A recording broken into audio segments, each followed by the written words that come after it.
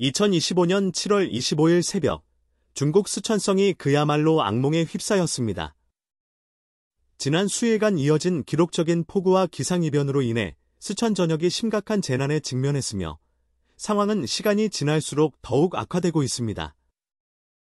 산샤댐, 삼엽댐의 긴급 방류 결정 이후 성 전체가 물에 잠기다시피 한가운데 곳곳에서 산사태가 연쇄적으로 발생해 수십만 채의 주택이 무너지고 매몰되는 참사가 이어지고 있습니다. 중국 기상당국은 7월 초부터 남서부 지역에 대기 불안정이 감지되었으며 7월 23일부터 25일 사이에 집중된 폭우로 인해 쓰촨의 수문 시스템이 한계에 다다랐다고 밝혔습니다. 루저우시, 노주시, 수용현의 정동진 스츠촌에서는 7월 9일 새벽 약 3시간 동안 150mm가 넘는 폭우가 쏟아지면서 대규모 산사태가 발생하였고 이로 인해 한 가옥이 완전히 매몰되면서 최소 5명이 실종되었습니다. 인근 지역의 주민 24명이 긴급히 대피했지만 흙더미와 잔해 속에서 추가 생존자를 찾는 작업은 매우 어려운 상황입니다. 같은 날 오전, 쓰촨성 이빈시 흥원현 고송진에서도 또 다른 산사태가 보고되었으며 한 명이 실종된 것으로 확인됐습니다. 이 지역은 불과 하루 전부터 최대 253mm에 달하는 집중호우가 이어졌으며 산림 지반이 극도로 약해진 상태였습니다. 폭우와 더불어 가장 큰 전환점이 된 사건은 바로 7월 25일 새벽 중국 후베이성에 위치한 초대형 댐, 산샤댐의 긴급 방류입니다. 이 댐은 세계 최대 규모의 수력발전소를 겸한 다목적 댐으로 장강 수위 조절의 핵심 역할을 하고 있습니다. 그러나 이미 임계점을 초과한 수위는 더 이상 제어가 불가능한 상태에 이르렀고 결국 관계 당국은 새벽 2시경 긴급 방류를 결정하게 됩니다. 문제는 이 결정이 현지 지방정부 및 주민들에게 충분히 전달되지 않았다는 데 있습니다.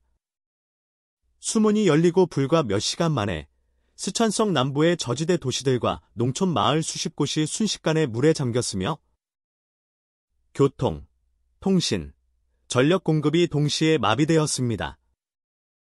어떤 지역은 수심이 3m 이상에 달하며 일부 마을은 완전히 지도상에서 사라졌다는 보고까지 나왔습니다. 루저우, 이빈, 더양, 간쯔, 바중 등 수많은 도시와 현에서는 도로가 무너지고 다리가 끊기며 고립된 지역이 속출하고 있으며 구조 인력이 접근조차 못하는 곳도 상당수입니다. 산사태와 홍수가 동시에 발생한 지역에서는 흙더미 속에 수만 명의 주민이 갇힌 채 생사 여부조차 확인되지 않고 있는 실정입니다. 중국 응급관리부는 현재까지 약 12만 명 이상의 주민을 긴급히 대피시켰으며 군 병력과 소방대, 자원봉사자들이 총출동하여 실종자 수색과 인명구조에 나서고 있습니다. 그러나 고립지역의 수가 너무 많고 교통 기반 시설이 심각하게 파괴되어 있어 구조 작업은 사실상 속수무책에 가깝다는 평가가 나오고 있습니다. 산사태는 비단 한두 곳에 국한된 현상이 아닙니다. 쓰촨 전역은 물론 인접한 구이저우성, 충칭시, 윈난성에서도 연쇄적인 지반 붕괴가 보고되고 있습니다. 특히 고종강, 젠셰강, 더성강, 러포강, 위슈강 등 쓰촨 주요 하천은 이미 경계 수위를 초과했으며 일부 구간은 제방 붕괴가 임박한 상황입니다. 중국 수자원부에 따르면 현재까지 전국에서 25개 이상의 주요 하천이 경계 수위를 초과했으며 그중 10개는 언제든 제방이 무너질 위험이 있는 것으로 분류되었습니다. 이 중 쓰촨과 구이저우 경계에 위치한 샤오차오강, 소초강은 최근 30년간의 최대 수위를 기록하였고 구이저우의 츠수이강, 적수강은 1953년 이후 최고 수위를 돌파하면서 해당 지역의 수문 시스템이 사실상 무력화되었습니다. 한편 구이저우성 둥장현과 충칭시에서는 폭우로 인한 급류가 도시 중심부까지 덮치면서 주민 수천 명이 건물 옥상에 고립되었으며 일부 주민은 구조를 기다리다 실종된 것으로 전해졌습니다. 고속도로와 철도 노선이 중단되면서 구호물자의 수송 또한 큰 차질을 빚고 있습니다. 기상 전문가들은 이번 재해가 단순한 자연재해에 그치지 않는다고 지적합니다. 동아시아 몬순과 함께 북상한 제2호 태풍 다나스의 잔재가 남서부 내륙까지 영향을 미치며 폭우를 유발했고, 중국 남부 지역의 노후함 방제 인프라와 정책적 판단 미비가 참사의 규모를 더욱 키웠다는 분석이 지배적입니다. 중국 내 일부 전문가들은 산샤댐 자체의 구조적 문제에 대해서도 의문을 제기하고 있습니다. 댐의 방류 결정이 주민에게 제때 전달되지 않았고, 사전에 충분한 예비 대피가 이뤄지지 않은 점, 그리고 현장 구조 대응 시스템의 일원화 실패가 이번 대참사의 인재적 요소라고 주장합니다.